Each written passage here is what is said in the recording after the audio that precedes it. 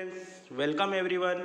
जैसा कि मैंने आपको पिछले वीडियो में जो एटॉमिक मासेस हैं, ठीक है, उनको कैलकुलेट कैसे किया जाता है, डिटरमाइन कैसे किया जाता है, उसके बारे में बताया था। तो आज जो है उसी चीज़ को, उसी पॉइंट को मैं आगे क्लियर करूँगा और उसी को कंटिन्यू करते हुए आपको आज सिखाऊँगा मोल क्या होता है। ठीक है, तो जैसे कि मैंने एटॉमिक मास का कैलकुलेशन करना सिखाया था, तो उन्हीं कैलकुलेशन में ये पता चलता है कि जो 1 ग्राम ऑफ एटम हो या 1 ग्राम ऑफ मॉलिक्यूल हो, ठीक है, वो सेम नंबर ऑफ एटम्स या same number of molecule carry करते हैं। ठीक है, जैसे 1 gram of atom of any element contain the same number of atoms and 1 gram of molecule of any substance contain the same number of molecules। तो जिसकी experimental value क्या प्राप्त होती है, वो होती है 6.022137 इंटू 10⁻23। तो ये जो वैल्यू है वो उसमें सिग्निफिकेंट फिगर कितने हैं, 7। तो ये बहुत ज़्यादा हो जाता है, इसलिए जनरली 4 सिग्निफिकेंट फिगर्स का जो नंबर यूज़ किया जाता है 6.022 इंटू 10⁻23। इसी को हम एवोगैड्रो नंबर बोलते हैं, जिसको हम NA से रिप्रेजेंट करते हैं। ठीक है, तो उनने जब कैलकुलेशन की थी, ठीक है, ग्राम एटॉमिक मास की या एटॉमिक मास की, तो उनने पाया कि जो 1 ग्राम एटम होता है या 1 ग्राम मॉलिक्यूल होता है किसी भी सब्सटेंस का, वो same number of molecules carry करते हैं या same number of atoms carry करते हैं। जब एटम की केस होता है तो एटम कैरी करेंगे, और मॉलिक्यूल्स का केस होगा तो मॉलिक्यूल कैरी करेंगे। ठीक है, तो the amount of substance containing Avogadro number of atoms और मॉलिक्यूल इज कॉल्ड अ मोल। उसी को, जैसे ये एवोगैड्रो नंबर जो है, ठीक है, उसी नंबर को जो सब्सटेंस कंटेन करता है, ठीक है, उसी को हम एटम या मॉलिक्यूल्स के केस में मोल कहते हैं। ठीक है, तो जैसे एग्जांपल के लिए आपको मैं बताता हूँ, जैसे 1 मोल ऑफ हाइड्रोजन, इसका मतलब क्या होता है, 1 मोल का मतलब ये होता है कि 6.022 इंटू 10⁻23 एटम्स, जिसे मैंने डेफिनेशन लिखी है, the amount of substance containing Avogadro number of atoms और मॉलिक्यूल इज कॉल्ड अ मोल। तो सिंपल, अगर एटम्स के केस में अपन 1 मोल को डिफाइन करेंगे तो वो एवोगैड्रो नंबर को कंटेन करता है। ठीक है, पर उसी को मोल ऑफ हाइड्रोजन मॉलिक्यूल्स की बात करेंगे तो वही क्या हो जाएगा, 6.022 इंटू 10⁻23 मॉलिक्यूल्स। ठीक है, तो जब हम सिंगल हाइड्रोजन एटम की बात करेंगे तो क्या होता है, उतने ही एवोगैड्रो नंबर ही एटम्स होते हैं। ठीक है, पर मॉलिक्यूल्स की बात करेंगे, जैसे हाइड्रोजन के केस में, जैसे एग्जांपल से मैंने समझा रखा है कि जो हाइड्रोजन है, ठीक है, उसमें कितने एटम्स होते हैं, 6.022 इंटू 10⁻23 एटम्स होते हैं। ठीक है, और मैंने दोनों की डेफिनेशन बता रखी है आपको कि 1 ग्राम एटम्स के लिए भी और 1 ग्राम मॉलिक्यूल्स के लिए भी सेम नंबर ऑफ मॉलिक्यूल्स होंगे या सेम नंबर ऑफ एटम्स होंगे। जैसे ये किसके लिए, एटम्स के लिए, पहली डेफिनेशन के एटम्स के लिए है तो उतने एटम्स है, और मॉलिक्यूल्स के लिए है तो उतने मॉलिक्यूल्स है। बट अगर मॉलिक्यूल्स को एटम में कन्वर्ट करना है तो कैसे करेंगे, जैसे हमको मालूम है कि एक सिंगल एटम के लिए, एटम्स के लिए, जैसे 1 मोल ऑफ सिंगल एटम्स के लिए कितने एटम्स होते हैं, ये। ठीक है, और H2 जो हाइड्रोजन होती है वो डायएटॉमिक होती है, इस फॉर्मूले में रहती है। मॉलिक्यूल्स क्या होता है, H2, इसमें वाले 2 हाइड्रोजन है, तो इसलिए हम उसको एटम्स में कन्वर्ट करेंगे। मॉलिक्यूल्स ये है और उसको एटम में कन्वर्ट करेंगे तो 2 इंटू 6.022 इंटू 10⁻23 एटम्स हो गए। ठीक है, मॉलिक्यूल्स को हमने एटम में कन्वर्ट करा तो 2 से मल्टीप्लाई किया, क्यों, क्योंकि वो डायएटॉमिक है। ठीक है, इसके बहुत सारे एग्जांपल लेके मैं आपको समझाऊंगा, बहुत अच्छे से समझ में आ जाएगा। पर ये जैसे जर्नल जो बताया है यही मोल कंसेप्ट है, आपको याद रखना है, बहुत अच्छे से ठंडे दिमाग से समझना मेरे साथ, तो आपको बिल्कुल अच्छे से समझ में आ जाएंगे। ठीक है, तो 1 मोल को 3 टर्म्स में हम डिफाइन करते हैं। एक होता है मास, एक नंबर और एक एसटीपी। एसटीपी मतलब स्टैंडर्ड टेम्परेचर प्रेशर। जहाँ पर स्टैंडर्ड टेम्परेचर प्रेशर की बात करते हैं तो स्टैंडर्ड टेम्परेचर प्रेशर क्या लिया है, जो टेम्परेचर है वो 0 डिग्री सेंटीग्रेड है और प्रेशर है 1 एटमॉस्फेरिक प्रेशर। ये इस पर कैलकुलेशन करते हैं तो उसकी वॉल्यूम जो आता है वो आता है 22.4 लीटर्स। तो इसको भी हम आइडियल मानते हैं, ठीक है। और नंबर तो क्या होते हैं, एवोगैड्रो नंबर के केस में जो भी होता है वो वैल्यू 6.022 इंटू 10⁻23 होता है और मास के केस में 12 ग्राम होता है। तो ये तीनों डेफिनेशन क्या होती है, सेम होती है, इसको बराबर मानते हैं, मतलब ये बराबर है तीनों, ठीक है, 1 मोल के कंडीशन में। तो हम 1 मोल को डिफाइन कैसे करते हैं कि अगर 1 मोल ऑफ कार्बन एटम्स दिया है तो उसका मास क्या होता है, कार्बन का एटॉमिक मास होता है 12, तो इसको हम 1 मोल कहेंगे। और मैंने बोला कि 1 ग्राम मास के लिए उसका एवोगैड्रो नंबर क्या होता है 6.022 टू 10⁻23, तो इसको हम 1 मोल बोलेंगे। और उसके एसटीपी पर जो वॉल्यूम होता है वो कितना होगा 22.4 लीटर, ठीक है। ऐसा ही 1 मोल सोडियम एटम्स कितने होंगे, उसका जो मास होता है वो 23 होता है, ठीक है। 23 ग्राम बराबर होते हैं उसके नंबर, जो एवोगैड्रो नंबर है वो उसके बराबर होते हैं और उसका एसटीपी पर वॉल्यूम क्या होगा 22.4 लीटर, ठीक है। ये इक्वल है सब, क्योंकि ये मैं आपको अभी बता रहा हूँ, इससे बेस्ड न्यूमेरिकल करवाऊंगा तो आपको बहुत अच्छे से समझ में आएगा चीज़ें, ठीक है। तो ये तीनों इक्वल है, क्योंकि आपको ये दिया होगा और आपको ये पूछा जाएगा या ये पूछा जाएगा, तो कंफ्यूज नहीं होना है, क्योंकि ये तीनों इक्वल है। तो जब इक्वल होता है तो क्रॉस मल्टीप्लाई करके हम वैल्यू निकाल देंगे, ठीक है। ये एटम्स के केस में है, ठीक है। तीनों ऑक्सीजन का जैसा एटम्स कितना होता है, जिसका मास होता है 16 ग्राम। एटम मतलब सिंगल ऑक्सीजन एटम, ठीक है। तो उसके लिए 16 ग्राम हो गया, तो एक ये एटम्स के लिए हो गया, तो उसके लिए उसका जो एवोगैड्रो नंबर भी 6.022 इंटू 10⁻23 होगा और उसका एसटीपी पर वॉल्यूम क्या होगा 22.4 लीटर, ठीक है। अब मॉलिक्यूल्स के केस में क्या होता है, मॉलिक्यूल आ जाता है, जैसे ऑक्सीजन का मॉलिक्यूल क्या होता है O2, ठीक है। O2 मतलब 2 ऑक्सीजन, यहाँ पर एटम सिंगल ऑक्सीजन था, यहाँ मॉलिक्यूल 2 ऑक्सीजन है, तो 2 इंटू ऑक्सीजन, तो ऑक्सीजन का एटॉमिक मास होता है 16 इंटू 2 32 ग्राम, ठीक है, 32 ग्राम। तो इसके केस में जो एवोगैड्रो नंबर है वो मॉलिक्यूल के लिए एवोगैड्रो नंबर तो सेम ही होगा, जो मैंने डेफिनेशन आपको पिछले अभी पीछे पढ़ाई थी, उसमें कहा था कि 1 ग्राम एटम्स हो या फिर 1 ग्राम मॉलिक्यूल्स हो, उसके लिए जो एवोगैड्रो नंबर ही उसका कैलकुलेशन में आता है, ठीक है। तो ये उसका एवोगैड्रो नंबर हो गया, ठीक है, समझ में आ रहा है। ये मॉलिक्यूल्स के लिए है तो मतलब उसका एवोगैड्रो नंबर तो सेम ही है।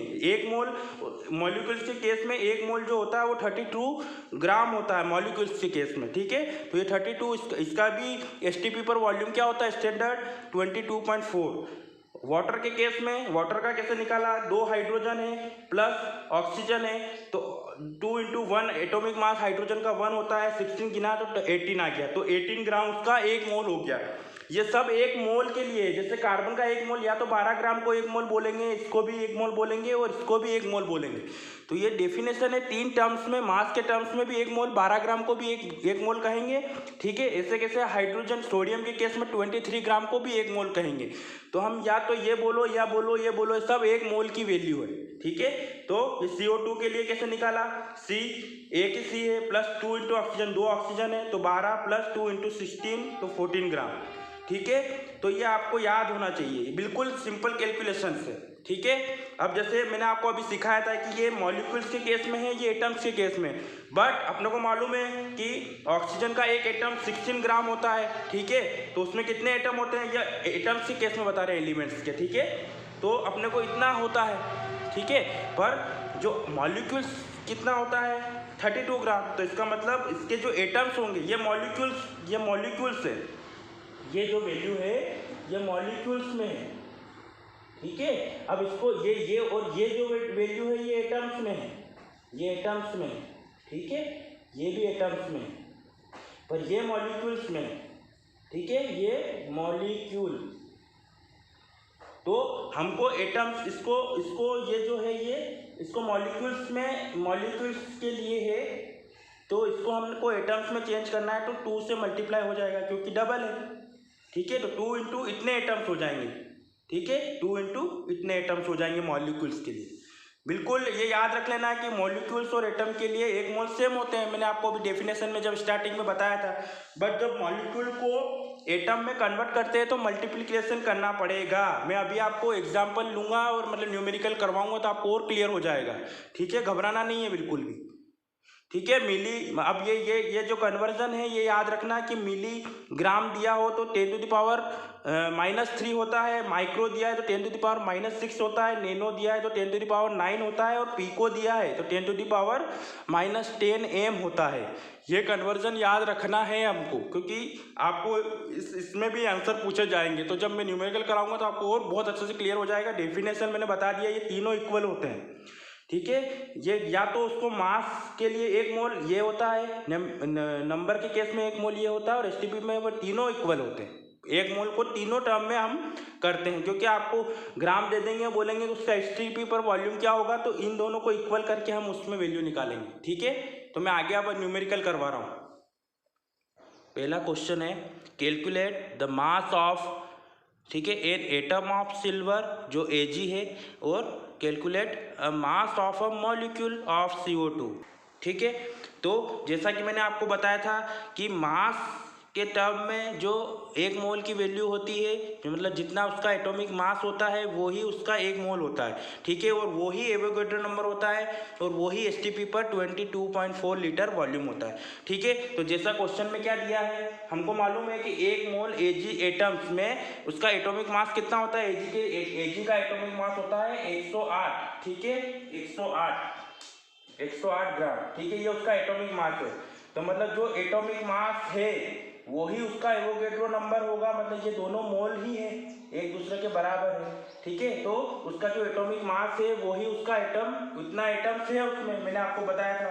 ठीक है, तो हमसे क्या पूछा है, एक एटम ऑफ सिल्वर का मास पूछा है। ठीक है, एक एटम का, इतने 108 में कितने एटम्स होते हैं, 6.00, तो 1 एटम में कितना, तो इसका क्रॉस मल्टीप्लाई कर दो ये। ठीक है, बिल्कुल सिंपल ट्रिक्स है। ठीक है, तो क्या होगा, तो x क्या हो जाएगा, 6 ठीक है, तो इसका बहुत सिंपल से ये हो जाएगा 108 बटे 6.022 इंटू 10⁻23। जब इसको सॉल्व करेंगे तो ये आंसर आएगा 1.793 इंटू 10⁻⁻22 ग्राम। ठीक है, समझ में आया कि जो मोलर मास है वो ही उसका एवोगैड्रो नंबर मोल के बराबर होता है, और हमको एक एटम का पूछा है। ठीक है, ये एटम्स की बात करिए। अब मॉलिक्यूल्स के लिए क्या होता है कि मैंने वही बोला था कि जितने मॉलिक्यूल्स होता है वो ही उसके मॉलिक्यूल्स होते हैं। यहाँ पर एटम्स था, ठीक है, यहाँ पर मॉलिक्यूल है, तो हमसे जैसे कि CO2 का मॉलिक्यूल्स का जो मोलर मास है वो कितना होता है, 44, मैंने कैलकुलेट करके बताया था। CO2 का, कार्बन का 12 + 2 × 16, तो ये 32 और 44 ग्राम। ठीक है, ये 44 ग्राम ही उसका 1 मोल होता है, और 1 मोल मॉलिक्यूल्स के केस में कितना होता है, 6.022 × 10⁻23 मॉलिक्यूल्स। तो हमको भी यहाँ पर भी एक मॉलिक्यूल CO2 के लिए पूछा है, तो इसका भी क्रॉस मल्टीप्लाई कर दो, ये ऐसे कर दो। ठीक है, तो ये क्या हो जाएगा, 44 डिवाइडेड बाय 6.022 इंटू 10⁻23x। ठीक है, तो इक्वल टू कितना आएगा, ये आएगा 7.307 इंटू 10⁻⁻23 ग्राम। ठीक है, तो ये इसकी वैल्यू आएगी। तो बिल्कुल आपको खाली इतना याद रखना है कि जो मोलर मास होता है, जो मोलर मास वही एटॉमिक मास, 1 मोल के लिए जो मास होता है उसको मोलर मास कहते हैं। ठीक है, 1 मोल जो मास होता है उसको मोलर मास कहते हैं, और मोलर मास जो होता है वो ही उसका एवोगैड्रो नंबर होता है। ठीक है, ये इतना सा फॉर्मूला याद रखोगे तो आप सब कर लोगे। जैसे कि हमसे पूछा क्या था कि calculate the mass of an atom of silver, तो सिल्वर का जो एटॉमिक मास, जो मोलर मास होता है वो कितना होता है, 108 ग्राम। ठीक है, तो 108 ग्राम किसके बराबर हो गया, 1 मोल के बराबर, एवोगैड्रो नंबर के बराबर। ठीक है, और अब हमसे पूछा क्या है कि एक एटम का मास पूछा है। ठीक है, तो एक एटम का मास ये पूछा है कितना होगा, x मान लो इसको।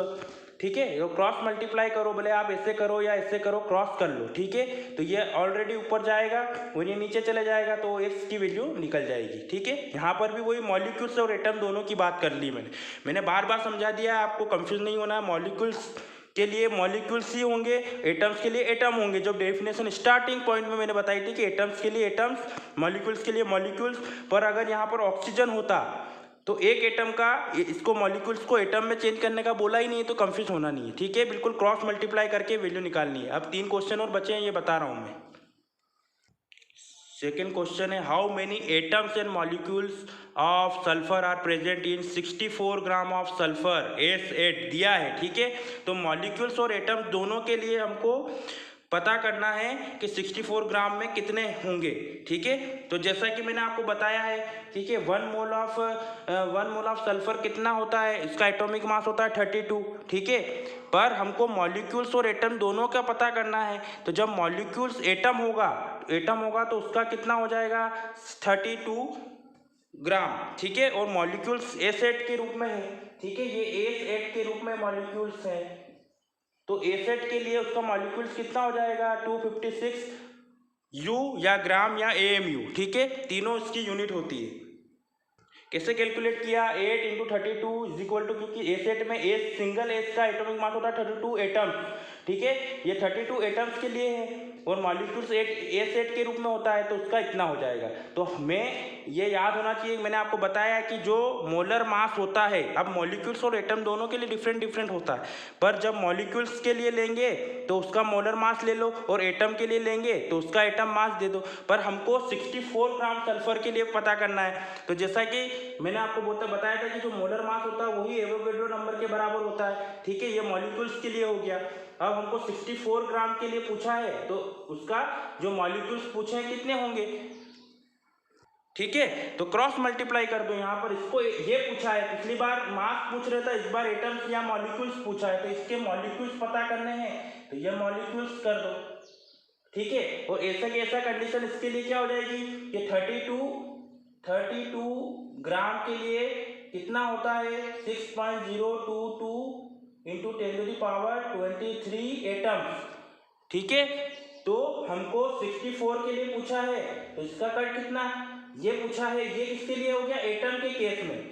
बिल्कुल ठंडे दिमाग से देखना, एटम कितने 32 उसका होता है और जो मॉलिक्यूल है एसेट होता है, तो उसके लिए 256 है। तो 256 के लिए इतने मॉलिक्यूल्स मैंने बोला था कि जो मॉलिक्यूल्स है दोनों में सेम होते हैं मोलर मास के केस में, जब एटम होता है और मॉलिक्यूल होता है। तो ये 64 के लिए इसका कितना, और ये यहाँ पर 32 के लिए इतना है एटम, ठीक है। और ये मॉलिक्यूल्स है, ये एटम्स है। तो एटम्स और मॉलिक्यूल्स दोनों पूछे, how many atoms and molecules of sulphur are present, कितने में 64 ग्राम में। तो ये मॉलिक्यूल्स और एटम निकालने हैं, मतलब ये एटम्स के लिए और ये मॉलिक्यूल्स के लिए निकालने हैं। तो बस इसका कैलकुलेशन करेंगे, तो क्रॉस मल्टीप्लाई कर दो ये ऐसे, तो ठीक है, ये इसका भी ऐसे कर दो, तो ये क्या हो जाएगा बिल्कुल इजी, 6.022 × 10⁻23 × 64 डिवाइडेड बाय 256, ठीक है। सिंपल सा इसका मल्टीप्लिकेशन करोगे तो ये मॉलिक्यूल्स आ जाएंगे 1.506 × 10⁻23 मॉलिक्यूल्स। और यहाँ पर क्या करोगे, यहाँ पर 64 × 6.022 × 10⁻23 डिवाइडेड बाय 32, तो ये तो डायरेक्ट कट जाएगा, तो 2 से मल्टीप्लाई कर दो, तो ये कितना हो जाएगा 1.2048 × 10⁻23, ठीक है, 24 एटम्स, ठीक है। ये उसका आंसर आ जाएगा, ये एटम्स के लिए आ जाएगा, ये मॉलिक्यूल्स के लिए आ जाएगा। बहुत इजी है, आपको अगर बेसिक चीजें पता है तो आप कर लेंगे, ठीक है। 2 क्वेश्चन और करवा देता हूँ। थर्ड क्वेश्चन है, calculate the number of molecules present in 34 gram of cane sugar, ठीक है। केन शुगर का फॉर्मूला भी दिया है C12H22O11। तो इसका मोलर मास अपन कैलकुलेट करते हैं, कितना है, कार्बन कितने हैं 12 है, उसका एटॉमिक मास 12, ठीक है। हाइड्रोजन 22 है, उसका एटॉमिक मास 1, और जो ऑक्सीजन है 11 है और उसका एटॉमिक मास 16, तो इसको जब आप कैलकुलेट करेंगे तो उसका वैल्यू आएगा 342 ग्राम या यू यूनिट या एएमयू यूनिट। ठीक है, तो जैसा कि हमको मॉलिक्यूल्स निकालने हैं तो मॉलिक्यूल्स का फार्मूला लगा दो। मैंने आपको बोला कि 1 mole of sugar is equal to कितना हो गया 342 ग्राम।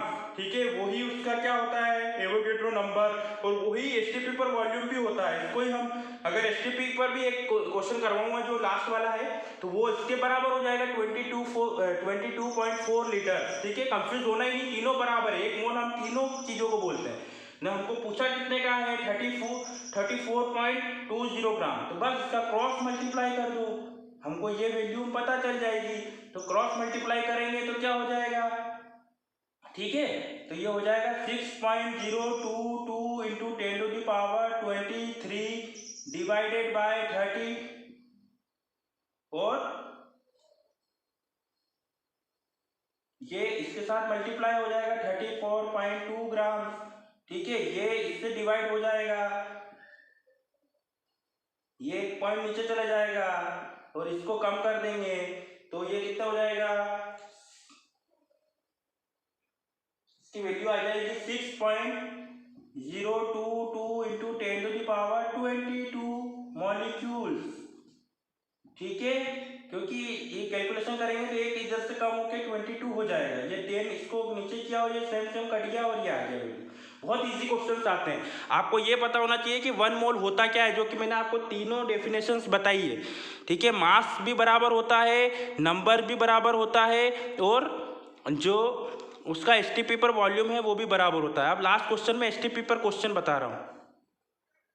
जो लास्ट क्वेश्चन है वो मैं आपको एसटीपी पर करवा रहा हूँ। आपको अगर वो लिखना समझ में आ गया कि भाई पूछा क्या है, निकालना क्या है, तो आप बहुत इजीली कर सकते हैं। ठीक है, एसटीपी पर बात कर रहे हैं। ठीक है, बट मैंने एक चीज़ बताई है आपको कि जो उसका मोलर मास होता है वो उसके मॉलिक्यूल्स के बराबर होता है, 6.02 वो भी बराबर होता है, और वो 22.4 लीटर पर भी एसटीपी पर भी बराबर होता है। तीनों को अपन को कंपेयर करना है, तीनों बराबर चीज़ें होती है। ठीक है, तो जैसे 1 मोल ऑफ नाइट्रोजन मॉलिक्यूल्स, अपने को मालूम है नाइट्रोजन का एटॉमिक मास 14 होता है, पर मॉलिक्यूल्स की बात आई तो 2 इंटू 14 करेंगे तो 28 ग्राम हो गया। ठीक है, तो ये 28 ग्राम, ये 28 ग्राम 22.4 लीटर के बराबर है, या फिर इसी को मैंने आप ये इसको पूछा नहीं है पर मैं बता रहा हूँ ये इसके बराबर भी है, ये मोल है। ठीक है, तो मोल यही होता है, ये मॉलिक्यूल्स के बराबर है, ये तीनों बराबर होते हैं। ठीक है, ये तीनों मैंने आपको वहां सिखाया है कि 28 ग्राम भी बराबर होगा, ये भी बराबर होगा, ये होगा। मॉलिक्यूल्स पूछा नहीं है इसलिए ये लेते नहीं है बराबर में, इस क्वेश्चन में ले नहीं रहा हूँ।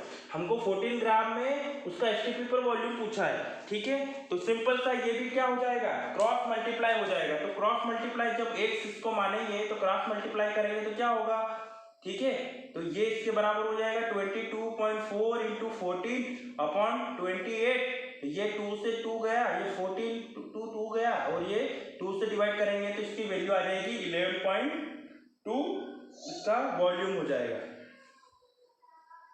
ठीक है, बहुत इजी है। अब सेकेंड और थर्ड में क्या हो रहा है, सेकेंड भी क्वेश्चन अपने को यही दिया है, मोल दिए हैं, जो जो दिए हैं मैं बता रहा हूँ। 1.5 मोल ऑफ CO2 निकालना है, ये कैलकुलेट करना है।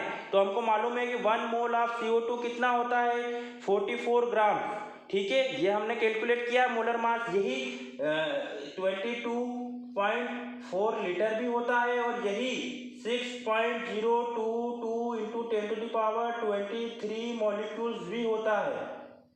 ठीक है, तो ये तीनों चीजें बराबर है, पर हमको खाली उसका मास निकालना है, तो मास के टर्म में निकाल रहे हैं। ठीक है, तो जैसे यहाँ पर हमको कितने का पूछा है, 1.5 मोल ऑफ CO2 का वो पूछा है, तो हम डायरेक्ट इसको निकाल लेते हैं कि हमको मालूम है कि जो 1 मोल कार्बन डाइऑक्साइड है उसका 44 ग्राम होता है और 22 ये होता है। ठीक है, तो हमसे जो पूछा है वो निकाल लेते हैं, इससे ये कैलकुलेट करेंगे। तो हमसे पूछा है हाफ मोल का, तो 1 मोल का कितना है 22.4, तो हाफ मोल का क्रॉस मल्टीप्लाई कर दो, ये इधर चले जाएगा, ये इधर आ जाएगा, तो ये x हो जाएगा, तो इससे डायरेक्ट मल्टीप्लाई हो जाएगा। ठीक है, तो ये क्या हो जाएगा 22.4 इंटू 1.5, ठीक है, लीटर अपॉन तो इसका आंसर आ जाएगा 33.6 लीटर एसटीपी पर। ठीक है, बिल्कुल इजी है, ये तीनों इक्विवेलेंट है। मैं आपको इसलिए बता रहा हूँ बार बार कि ये याद रखना कि तीनों इक्विवेलेंट है। तो आपको जो जैसा है पूछा है, अगर मास के टर्म में पूछा है तो मास से इक्विवेलेंट कर दो, मॉलिक्यूल्स या एटम के लिए कहा तो उसको एटम से कर दो, बस सीधा सा है। ठीक है, अब जैसे ये लास्ट वाला देखो, हमको 10⁻21 मॉलिक्यूल्स ऑफ ऑक्सीजन के लिए करा है। ठीक है, हमको पता है कि 1 मोल ऑफ ऑक्सीजन में कितने मॉलिक्यूल्स होते हैं, 6.022 × 10⁻23 मॉलिक्यूल्स, और वो किसके बराबर होते हैं एसटीपी पर 22.4 लीटर के। तो हमको इसके लिए कैलकुलेट करना है, एसटीपी पर वॉल्यूम ही पूछ रहा है हर जगह। तो ठीक है, तो इस मॉलिक्यूल्स के लिए क्या करेंगे, इसको x मान लेंगे, इसका क्रॉस मल्टीप्लाई कर दो, ये इधर चले जाएगा। ठीक है, तो ये क्या हो जाएगा 22.4 × 10⁻21 डिवाइडेड बाय 6.22 × 10⁻23। ठीक है, तो अब इसको जब सॉल्व करेंगे तो आपका जो वैल्यू आएगी वो आएगी 27.2 ml। ठीक है, ये सवाल है। आप अगर इससे ज़्यादा भी और न्यूमेरिकल मुझसे करवाना चाहते हैं तो आप कमेंट बॉक्स में लिख सकते हैं, मैं और न्यूमेरिकल करवा दूंगा मोल कंसेप्ट पर। ठीक है, आई होप आपको वीडियो पसंद आएगा। तो अगर वीडियो पसंद आए तो लाइक करें, कमेंट करें, शेयर करें, और चैनल पर पहली बार आए तो सब्सक्राइब करें। Thank you.